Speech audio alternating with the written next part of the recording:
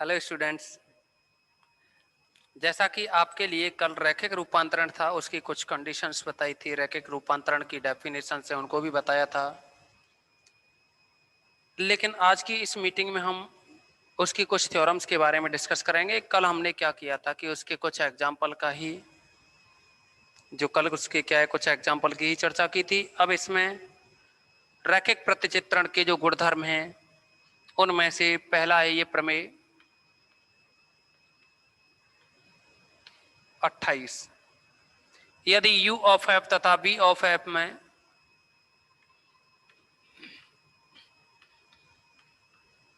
u of f तथा v of f में समाकृतिकता f है। एक ही बात है, समाकारता या समाकृतिकता।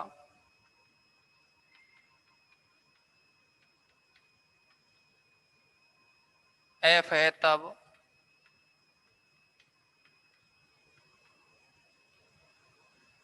इसके दो पार्ट प्रूफ करने हमें। पहला है f of 0 is equal to 0 dash, जहां 0 तथा 0 डैश, जहां 0 बिलोंग्स टू u तथा 0 dash belongs to v। Second part है इसी में, और ये है f of minus u is equal to minus f of u for all u belongs to capital you.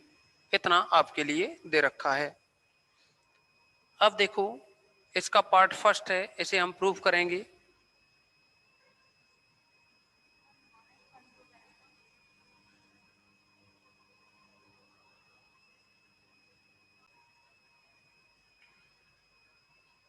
तो यानी इसमें जो पार्ट फर्स्ट है ना, पहले हम इसको प्रूव करेंगे।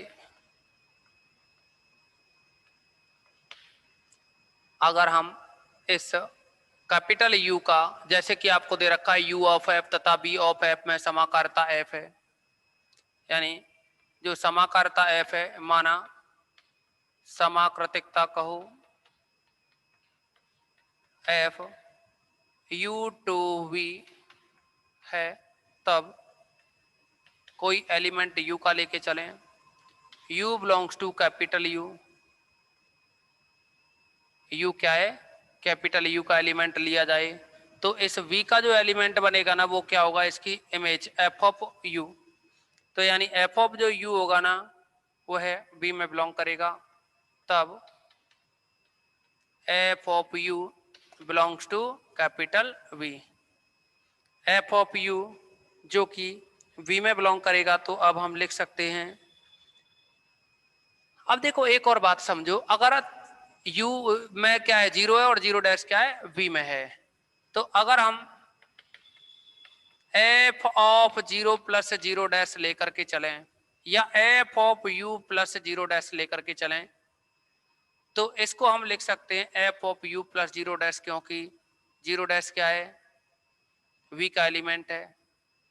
तो इसको आप लिख सकते हो बराबर में f ऑफ, अगर आप समाकारता की कंडीशन को काम में लें तो f of u plus 0 dash को आप लिख सकते हो f ऑफ u, और आप इसको भी लिख सकते हो f ऑफ u को u प्लस 0। कितना लिख सकते हैं आप इसको? u plus 0। अब समाकारता की जो कंडीशन है f of a plus b is equal to f of a plus f of b होता है ना, तो यहाँ बनेगा f of u plus f of 0, और ये वैल्यू चल रही है आपकी f of u plus 0 dash के इक्वल। तो नेल्सन नियम से f ऑफ u से f ऑफ u कैंसिल हो जाएगा, तो यह बचेगा इधर 0 डैश इक्वल में f ऑफ 0। यहाँ जो नियम काम में लिया है ना, वह है आपका नेल्सन नियम। तो ये रिजल्ट बना पहला, implies f of 0 is equal to 0 dash, first वाला पार्ट है ये। अब आप इसमें सेकंड पार्ट के बारे में डिस्कस करेंगे, यानी पहला पार्ट तो हो गया आपका, इसमें जो सेकंड पार्ट है ना, इसको डिस्कस करें। तो आप देखेंगे इस सेकंड वाले पार्ट के लिए माइनस यू और यू इनकी चर्चा हो रही है। अगर हम कोई भी दो एलिमेंट लेकर के चलें या केवल स्मॉल यू है उसे कैपिटल यू का लेकर के चलें, और यू क्या है, सदिश समष्टि है ना। अगर यू कैपिटल यू का एलिमेंट है तो इसका मतलब माइनस यू है वह भी कैपिटल यू का एलिमेंट होगा, क्योंकि आप पहले प्रूव कर चुके हैं कि zero dash is equal to होता है f of zero, zero dash is equal to f of zero. तो इस एफ ऑफ जीरो को आप लिख सकते हैं यू प्लस माइनस यू, और एफ क्या है, समाकारता है, तो f of a plus b is equal to यहाँ लिखोगे f of u plus f of minus you.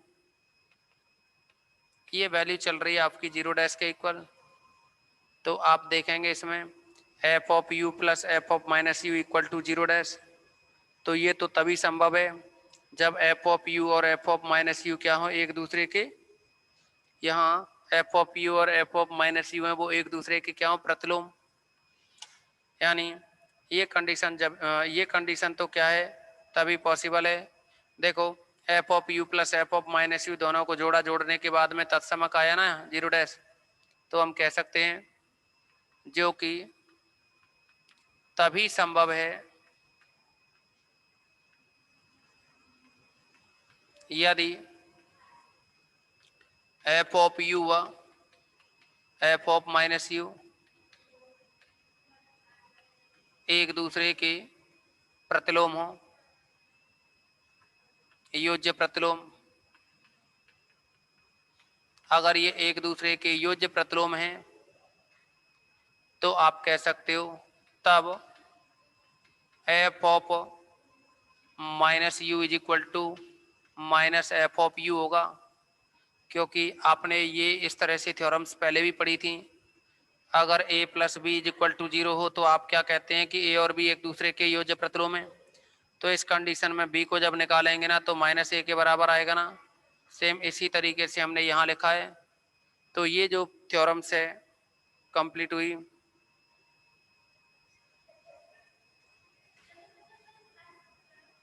यहाँ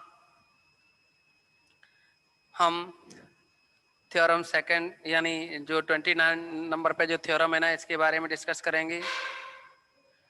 तो ये दे रखी है आपको 29वें नंबर की जो प्रमेय है, इसमें कहा है कि माना u ऑफ एफ तथा b ऑफ एफ दो सदिश समष्टि हैं, यानी u ऑफ एफ तथा b ऑफ एफ दो सदिश समष्टि हैं। इसमें 29वें नंबर की प्रमेय रहेगी ये।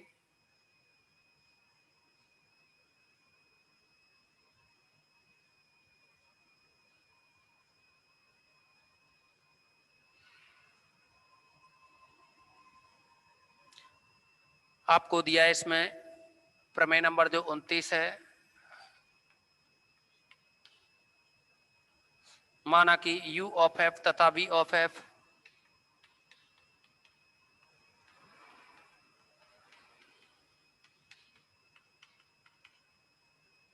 दो सदिश समष्टि हैं, तब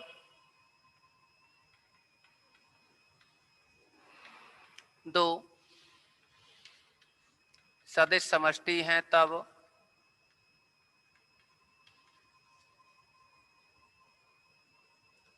प्रतिचित्रण एफ यू टू बी, तब प्रतिचित्रण एफ यू टू बी रैखिक प्रतिचित्रण होगा।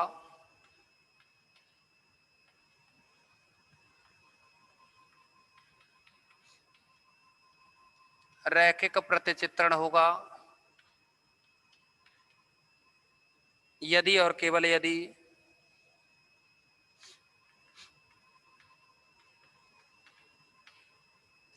यदि और केवल यदि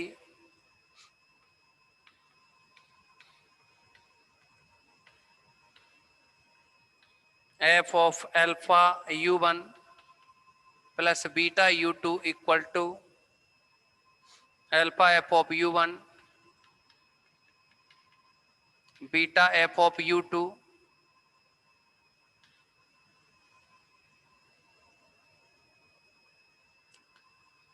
for all u1 u2 belongs to capital U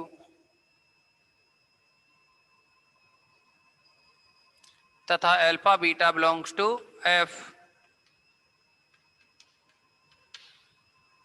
तो आपको क्या है, यहाँ दिया है u ऑफ f तथा b ऑफ f दो सदिश समष्टि हैं और f u2 भी रैखिक प्रतिचित्रण होगा।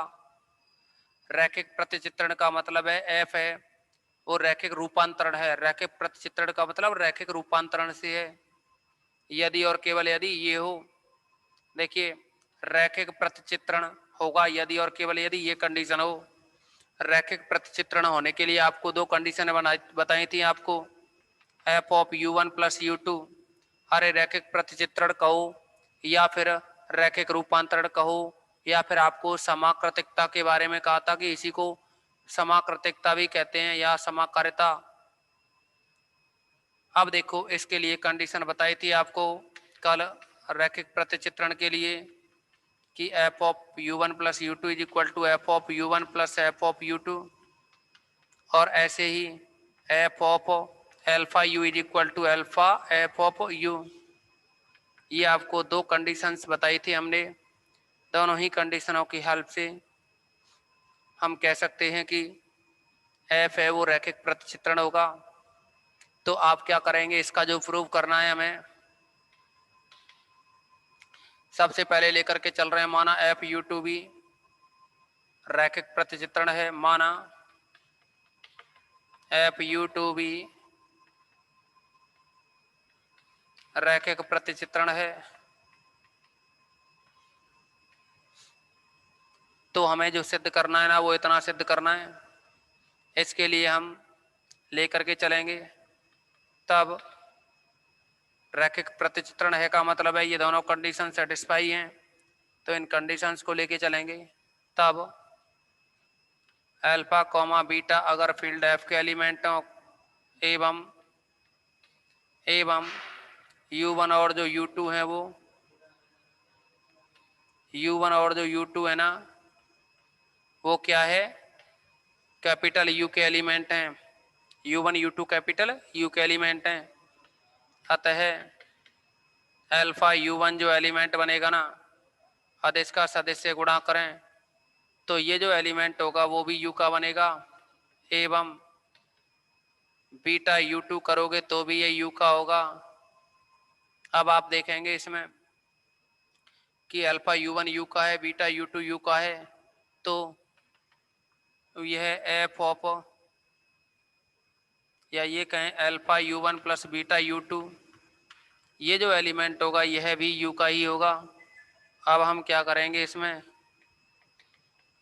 F of alpha u1 plus beta u2 इसको लेके चलें तो आप देखोगे हमें जो f of alpha u1 plus beta u2 है तो इसकी हेल्प से ये सिद्ध करना है। और आप लेकर के चल रहे हैं इसको रैखिक प्रतिचित्रण, अर्थात ये दोनों कंडीशन सेटिस्फाई हैं। ये दोनों कंडीशन सेटिस्फाई हैं, इनको लेके चल रहे हैं। तो आप देखोगे अगर यहाँ u1 प्लस u2 हो तो अलग अलग हो जाता है ना, तो यहाँ अल्फा u1 और बीटा u2 अलग अलग हो जाएंगे। F of alpha u1 F of beta u2, यहाँ देखेंगे एफ ऑफ अल्फा u1 है तो अल्फा बाहर आ जाता है इस रूल्स के according. Alpha f of u1 beta f of u2, तो ये तो आपको पार्ट प्रूफ करना था, यानी ये बन गया f of alpha u1 plus beta u2 is equal to alpha f of u1 plus beta f of u2। ये इसका पार्ट हो गया फर्स्ट। अभी क्या करेंगे, हम इसका विलोम तय सिद्ध करेंगे और इसको विलोम सिद्ध करने के लिए लेकर के चलेंगे इस कंडीशन को। ये जो कंडीशन है इसको लेके चलेंगे विलोम तय में। विलोम तय माना f of alpha u1 plus beta u2 is equal to alpha f of u1 beta f of u2, इसको लेकर के चल रहे हैं। For all alpha beta belongs to f एवं u1 u2 belongs to capital U। अब आप देखोगे इसमें यदि देखो हमें क्या है, इस कंडीशन की हेल्प से ये दोनों कंडीशन लानी है। इस कंडीशन की हेल्प से ये दो कंडीशन लाएं तो हम कह देंगे कि रैखिक प्रतिचित्रण होगा। तो आप अगर इसमें अल्फा बीटा की वैल्यू लेकर के चलें, यदि alpha is equal to beta is equal to 1, तब एफ ऑफ अल्फा बीटा की जगह 1 लिखेंगे तो u1 प्लस u2 बना, बराबर में आएगा अल्फा बीटा 1 रखें तो एफ ऑफ u1, बीटा की जगह 1 रखेंगे तो एफ ऑफ u2, यानी पहली कंडीशन सेटिस्फाई हो गई ना। अब हम इसको दूसरी कंडीशन के लिए, यदि अल्फा क्या है नॉट इक्वल टू 1 और बीटा 0 हो, तो आप देखेंगे अल्फा की वैल्यू तो क्या है 1 के बराबर नहीं है, और अल्फा की वैल्यू 1 के बराबर नहीं है, लेकिन बीटा की वैल्यू है ना वो 0 है। तो इसमें आप लिख सकते हैं एफ ऑफ अल्फा की वैल्यू नॉट इक्वल टू 1 है ना, तो अल्फा को तो यूं ही रहने दो, अल्फा क्योंकि 1 हो जाएगा तो यहाँ अल्फा ये कंडीशन नहीं बनेगी ना, अल्फा 1 हो गया तो u1 ये ओनली u रह जाएगा, एफ ऑफ यू रह जाएगा, जो कि क्या आएगा एफ ऑफ यू ही बना रहेगा। तो इसीलिए हमने कंडीशन लगा दी है कि अल्फा 1 नहीं है।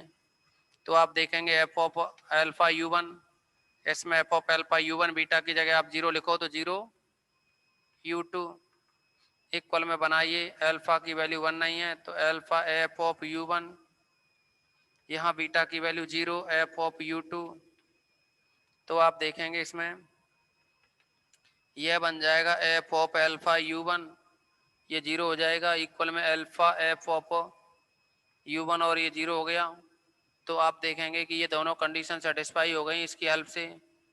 तो हम कह सकते हैं कि तब ये जो f है ना u2 भी एक रैखिक प्रतिचित्रण है, तब एफ u2 भी एक रैखिक प्रतिचित्रण है, एक रैखिक प्रतिचित्रण है। आप सभी इसका स्क्रीनशॉट लें, सभी स्टूडेंट इसका स्क्रीनशॉट लो, इसके साथ नेक्स्ट थ्योरम आपको कराई जाएगी। आपके लिए 30 नंबर पर एक थ्योरम है, उसको भी प्रूव करवाया जाएगा। तीनों ही थ्योरम्स क्या हैं, अच्छी हैं। जो भी आपसे थ्योरम्स के बारे में डिस्कशन किया है, ये सभी थ्योरम्स क्या है बहुत अच्छी हैं। अब आप देखेंगे इसमें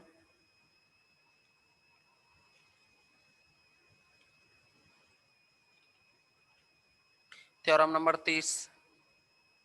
30वें नंबर की जो थ्योरम है ना, इसके बारे में डिस्कस करेंगे।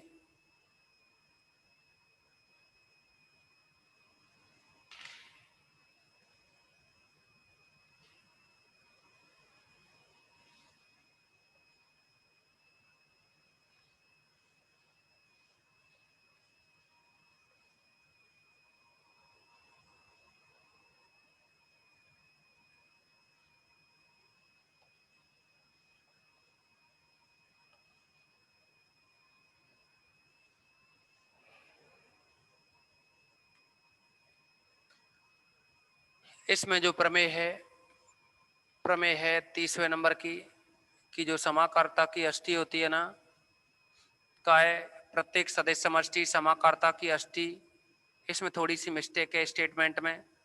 ये काय kernel of a linear transformation is a subspace, यानी kernel of a linear transformation यानी समाकारता की अष्टी उपसमष्टि होती है। तो ऐसे लिख सकते हैं हम यहाँ, प्रत्येक समाकारता की अष्टी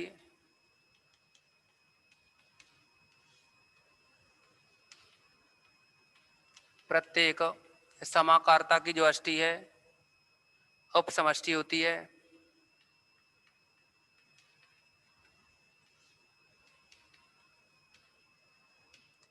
आपके लिए हमने पिछली मीटिंग में जो समाकारता की अष्टी थी उसकी डेफिनेशन बताई थी कि जो कर्नल होता है, वैसे तो हम चैप्टर 5 में बता चुके हैं, लेकिन यहाँ वेक्टर के लिए बात करें तो कर्नल होता है वह v के उन सभी स्मॉल v का कलेक्शन होता है जो कि f of v is equal to 0 dash की कंडीशन को सेटिस्फाई करते हो।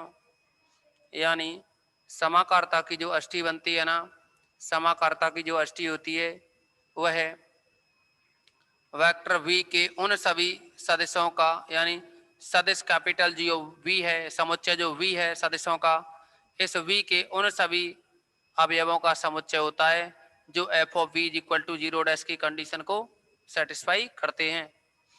अब देखिए ये क्या है, प्रत्येक समाकर्ता की अष्टी उपसमष्टि होती है, यानी हम कर्नल के लेकर के चलें तो इस कर्नल के को हमें उपसमष्टि बताना होगा। जो कर्नल के है इसको उपसमष्टि बताना होगा। उपसमष्टि बताने के लिए या तो आप u और v इसके के एलिमेंट लेकर के चलो, u और v हैं वो a इसके के एलिमेंट लेकर के चलो, और f of alpha u plus beta v इसको क्या है k का एलिमेंट बता दो, या तो इसके अकॉर्डिंग करो। और इसके अकॉर्डिंग जैसे ही करोगे तो आप इसमें जो alpha v1 plus beta v2 है ना, u भी लिया है हमने, जैसे यहाँ क्या लिया हमने u भी, तो इसको कर्नल बताना है जैसे, तो यहाँ f नहीं लिया जाएगा। समझें दोबारा, अगर u और v के दो एलिमेंट हैं और k को हमें उपसमष्टि बताना है, तो उपसमष्टि बताने के लिए हमें यही सिद्ध करना होगा कि alpha u plus beta v हैं वो k के एलिमेंट हैं या नहीं हैं। ये क्या है, k के एलिमेंट हैं या नहीं हैं, तो ये सिद्ध करना है। इसके लिए क्या करेंगे कि अगर हम ये प्रूफ कर देते हैं कि ये जो ब्रैकेट है, ये जो बॉक्स में वैल्यू लिखी हुई है, अगर ये v की जगह हो यानी f of alpha u plus beta v, और ये जीरो डैश के बराबर आ रहा हो, क्या आ रहा हो, ये इस v की जगह अगर ये वैल्यू रखें और ये जीरो डैश के बराबर आ जाए, तो ये v किसका एलिमेंट होता है, k का। तो यहाँ ये alpha u plus beta v जो एलिमेंट होगा वो भी किसका होगा, k का एलिमेंट होगा। और जब ये k का एलिमेंट होगा तो हम कह सकते हैं कि k है वह एक उपसमष्टि है। तो इसके लिए हम लेकर के चलेंगे, माना v तथा w दो समष्टियां हैं, माना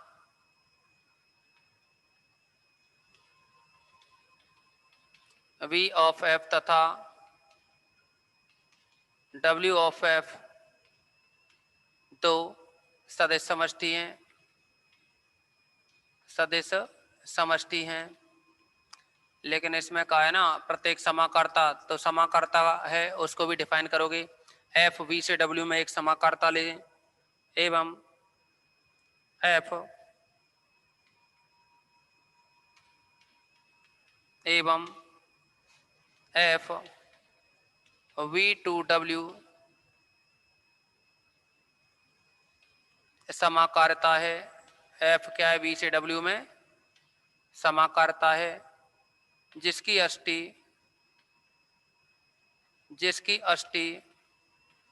अष्टी के इज इक्वल टू, आप लिख सकते हो के इज इक्वल टू, फॉर्मूला तो बनता है आपका v belongs to capital V, v belongs to capital V ना होकर के अपने पास क्या है, v और w है ना, तो v ही रहेगा यहाँ v, जहाँ f of v is equal to zero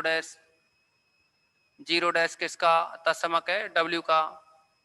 लिख सकते हैं जहाँ zero dash belongs to w, तो अष्टी की डेफिनेशन क्या है अपने पास, ये रहेगी। तो ये तो है अपने पास में अष्टी की डेफिनेशन।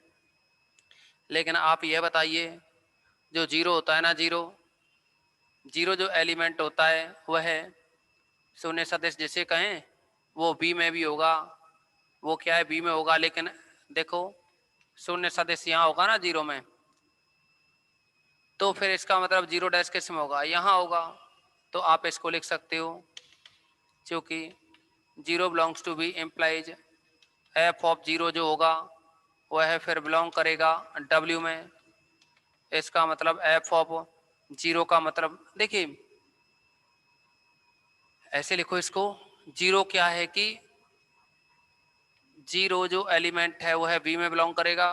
तो एफ ऑफ जीरो जिसको आप जीरो डैश कहते हैं, पिछली जो थ्योरम थी 28वें नंबर की उसमें बताया आपको कि एफ ऑफ जीरो जो है जीरो डैश के बराबर होता है। और ये जीरो डैश है ना वो किस में बिलोंग करेगा, फिर ये बिलोंग करेगा डब्ल्यू में, और ये डब्ल्यू में बिलोंग करेगा। तो f of zero is equal to zero dash होता है। तो इसमें समझो वे सभी बी के एलिमेंट जो f of b is equal to zero dash को सेटिस्फाई करते हैं। यानी f of b is equal to zero dash को सेटिस्फाई करते हैं, तो वे सभी स्मॉल वी किसके एलिमेंट होते हैं, वे सभी स्मॉल वी कर्नल के एलिमेंट होते हैं। लेकिन आप देखोगे यहाँ f of zero is equal to zero dash है, तो f of zero equal to zero dash है, तो इसका मतलब हुआ कि ये जो के है K not is equal to phi, यानी कि फाई नहीं है। अगर के फाई नहीं है तो इसका मतलब हुआ कि के में कुछ एलिमेंट्स होंगे, उन एलिमेंट्स को लेके चलें, या तो यू बी की फॉर्मल है, या यू वन यू टू की फॉर्मल है, या फिर वी वन वी टू की फॉर्मल है। तो